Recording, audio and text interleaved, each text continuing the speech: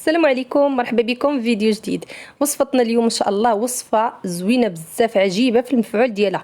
كتصلح للوليدات الصغار اللي ما عندهمش الشهيه واللي عندهم اللوزتين، انتفاخين في اللوزتين اللي كيضربهم البرد، او لا اللي عندهم المناعه ما كايناش، يعني المناعه ضعيفه. اهم حاجه هي المناعه تكون عند الطفل قويه.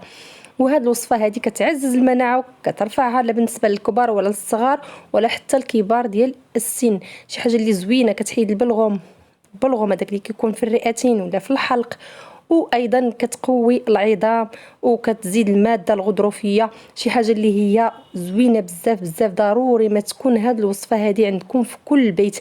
فواحد المكونات وواحد المقادير زوينين بزاف، يعني متوفرين في جميع البيوت.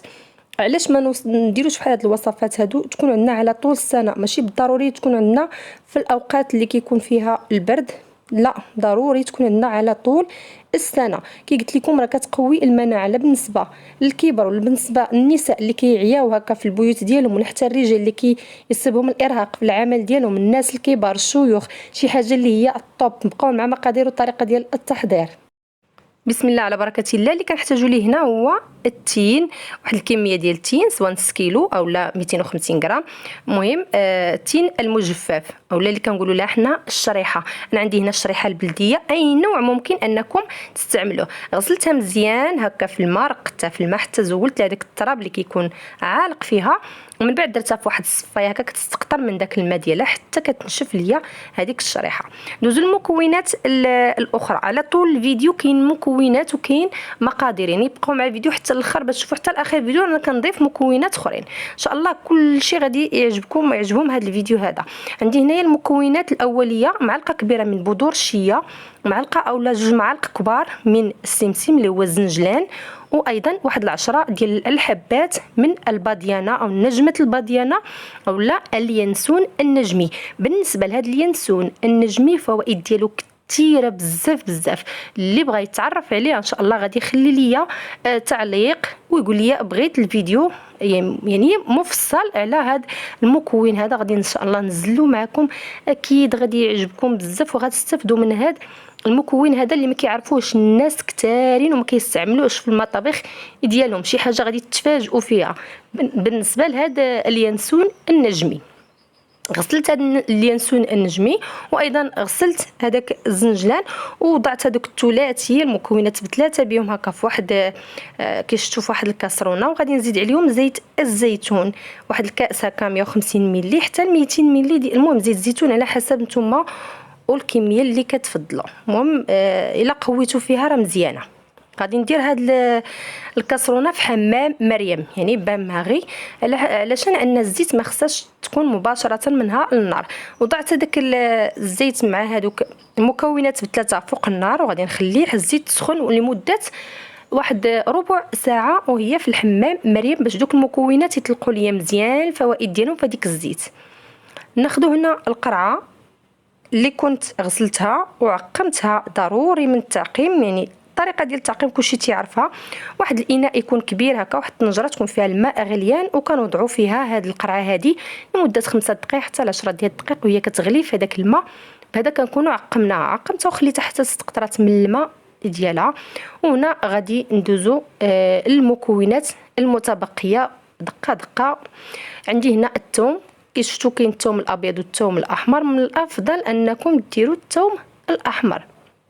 نتوما كتعرفوا الثوم والمنافع ديالو، يعني الثوم هو مضاد للبكتيريا والجراثيم، كينظف لنا الحلق ديال الوليدات، كينظف لنا الجسم ديالنا، ولكن طريقه الاستعمال خصها تكون مضبوطه. يعني ما نقووش من الثوم، ماشي غير نسمعوا لانه كينظف غنبداو ناخذوا واحد الكميه اللي هي كثيره منه. بالنسبه لكي قلت لكم الثوم هو مضاد حيوي، يعني انتيبيوتيك. بقاوش تستعملوا الانتيبيوتيك بزاف لوليداتكم، كتقتلوا ليهم المناعه. من الافضل ديروا بحال هاد الوصفات هادو، منها كترفعوا المناعه ديال وليداتكم، ومنها كطردوا الميكروبات اللي كتكون هكا في الجسم ديال الوليدات ولا الحلاقه هكا ولا نزلات ديال البرد. قطعت انا واحد 4 ديال الفصوص، ما كثرش بزاف، هكا كبارين ديال الثوم، وغادي نزيدهم على هذاك الشريحه. كاينه ديك الوصفه المعتاده ديال الشريحه مفوره هي والثوم كتفقد يعني المكونات ديالها ملي كنديروها كتفور، يعني كلشي تيمشي تقريبا هكا مع الماء. غير تبعوا هاد المقادير وهاد المكونات غادي يعجبوكم اكيد. هادوك الثوم نزلتهم من الاسفل كيشتوا على هاد الشكل، ضروري تهبطوا دوك الثومات للقعر ديال القرعه. عندي هنايا معلقه كبيره ديال الزعتر زوين بزاف، حتى هو مضاد للميكروبات بحال هكا. حنايا يعني معروف عندنا الزعتر اللي كيكون فيه هكا الوجع ولا شي حاجه تيقولوا سي طبخ واحد فيه ديال الزعتر زوين بزاف. درت غير معلقه هكا كبيره اللي رشيتها فوق من هذيك الشريحه ولا فوق من هذاك التين. بالنسبه للزويته سخنات شويه، واحد ربع ساعه خليتها في حمام مريم، من بعد زولتها وخليتها حتى تقريبا بردات.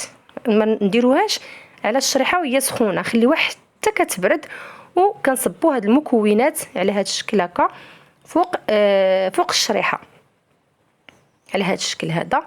بالنسبه للناس اللي ما بغاوش يسخنوا الزيت ماشي مشكل، انا هنا سخنته باش يطلقوا لي هذوك المنافع ديالهم في الزويته، لانني بغيت نستعمل الوصفه بسرعه. الا كنتو غتخليو الوصفه واحد المده طويله عاد تستعملوها بلا ما تسخنوا الزيت.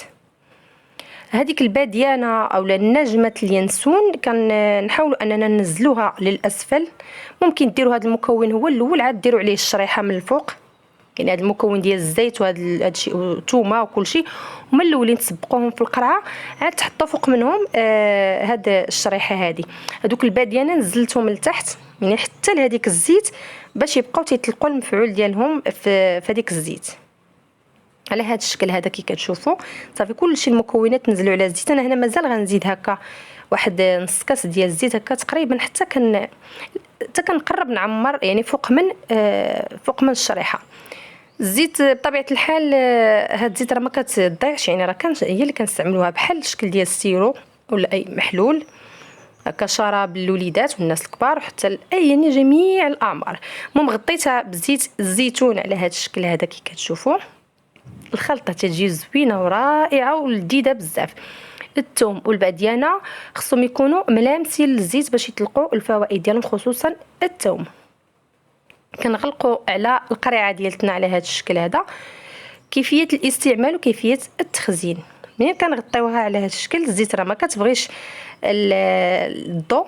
المهم انا هنا كنخلطها. منين ديروها في البلاكار ديالكم مره غتخلطوها على هذا الشكل هكا باش ديك الزويته كتلامس هذاك الشريحه كلها، وكنقلبوا القرعه. الزيت ايضا كتنزلينا حتى الشريحه كامله وكتشربها لينا. غادي نغطيو القرعه بواحد المنديل اولا بواحد البلاستيكه اللي ما كتكونش كتدخل لنا الاضاءه للقرعه، ونوضعوها في البلاكار لمده اسبوع. يعني ما نفوتوش اسبوع و6 ايام حتى 7 ايام، ومن بعد نستعملوا الوصفه. كيكون داك الثوم طلق لنا المفعول ديالو كامل في هذيك الزيت، وحتى الشريحه تشربات مزيان هذيك المواد كلها والمكونات اللي درنا معاها. يعني كيفاش غادي ناكلوا هذه الشريحه هذه؟ غادي ناخذوا هكا في الصباح منين كيفيقوا الوليدات ولا حنايا كنبغيو نستعملوا حتى حنا معاهم هذه الوصفه هذه. غادي ناخذوا واحد 2 حبات هكا ولا حبه هكا ديال الشريحه، وغادي ناخذوا ديك الزيت هكا بالمعلقه. من الافضل ناخذوا معها هذيك بودور الشيا والزنجلان وكل شيء، ونعطيوها للوليدات ولا حتى الناس كبار او حنايا. المهم قلت لكم هذه الوصفه لجميع الاعمار.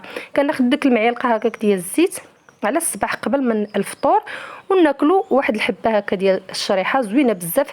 حتى الامساك كتسهل، يعني العمليه ديال الامساك ما تيبقاش عندكم نهائيا مشاكل في القولون، مشاكل في المعده.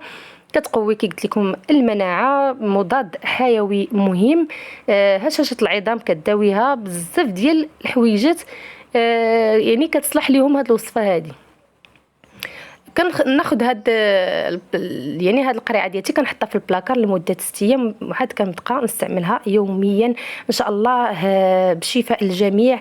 اكيد غادي تعجبكم الوصفه ان شاء الله، وغادي تجربوها وغادي تكون معتمده عندكم. ضروري ما ديروها لوليداتكم ولا حتى لكم انتم. يعني كنقول لكم دائما من الاول فيديو راه لجميع الاعمار. الى هنا كنكون وصلنا لنهايه الفيديو. كنتمنى نكون خفيفه على قلوبكم وفدتكم خرجتوا منه ولو بفكره. ما تنسونيش بطبيعه الحال فضلا وليس امرا من اللايك والاشتراك وتفعيل الجرس. واحد التعليق محفز تقول لي شنو رايكم في الوصفه، ولا بغيتوني نتكلم لكم على اي مكون شفتوه هنايا في الفيديو، اي مكون شفتوه هنا غنحط لكم فيديو خصيصا عليه. اي وصفه كطلبوها في الطبخ ان شاء الله كتبوها لي في لي كومونتير، ان شاء الله غنحط لكم فيديوهات زوينين بزاف. القناه قناتكم، كنتمنى انكم تشجعوني وكنتمنى منكم الدعم. الى هنا كنا وصلنا لنهايه الفيديو. بسلام عليكم، تسلم في وصفات قادمه ان شاء الله.